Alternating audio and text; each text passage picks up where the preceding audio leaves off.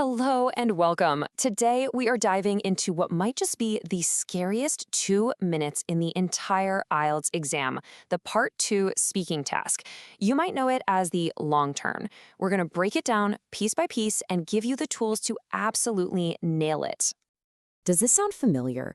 The examiner hands you that little cue card, the 1 minute timer starts ticking away, and your mind just goes completely blank. It's a super high pressure situation, and yeah, that feeling of panic, it's totally understandable. But believe me, it doesn't have to be that way. So, let's face this 2 minute challenge head on. The goal here isn't just about surviving, right? It's about actually showing off your English skills, even when you feel that pressure building up. Seriously, if you've ever had your mind just freeze up in a moment like that, you are not alone. It's a totally normal reaction to stress. But here's the good news, we can beat it. Today, we're going to swap out that feeling of panic for a clear, confident plan that you can count on every single time. So what's the big secret? You might think it's all about memorizing hundreds of answers for every possible topic, but nope, it's not. It's actually way, way simpler than that. It's about having one universal blueprint that works for any topic the examiner decides to throw at you. I mean, think about it. Trying to guess the topic is impossible, right? And it's just going to stress you out. The real key, the game changer, is to shift your focus. Stop worrying about the topic and instead just trust your framework. That structure is going to be your guide no matter what that cue card says. And here it is. This is your secret weapon. Think of it like a roadmap for telling a great little story. You start with the what or who, just a simple introduction. Then you give it some context with the when or where. Next up, the why. This is where you add the meaning, why it matters. And you wrap it all up with the how it made you feel, or what happened in the end. What, when, why, how. Simple, right? Okay, let's see how this actually works. Okay, let's use this blueprint for a person. The who, Auntie Joe. Perfect start. Now for when, notice what the speaker says, I can't recall when I first met her. That's a completely natural and okay thing to say. Then the why. She's fascinating because she used to live in Italy. See how that one detail opens up a ton of things to talk about? And finally, the how. She is inspirational. Each step just flows into the next, giving you more than enough to say. All right, let's try it with the place. What's the what? An impressive guest house. The where? Paris. And the why it was so special? Because it was located in the heart of Paris. That detail alone lets you talk about the vibe, the convenience, the amazing views. And the how gives you a perfect way to wrap it up. You need to treat yourself. It's a complete, solid answer. And just one more time. For an object, Harry Potter. The plot summary takes care of the when and where of the story itself. The why? It was recommended to me. That's great, because now you can talk about the friend who told you about it. And the how? A personal feeling about the book. By the time you've walked through these 4 simple steps, you've naturally built up enough material to talk confidently for the full 2 minutes.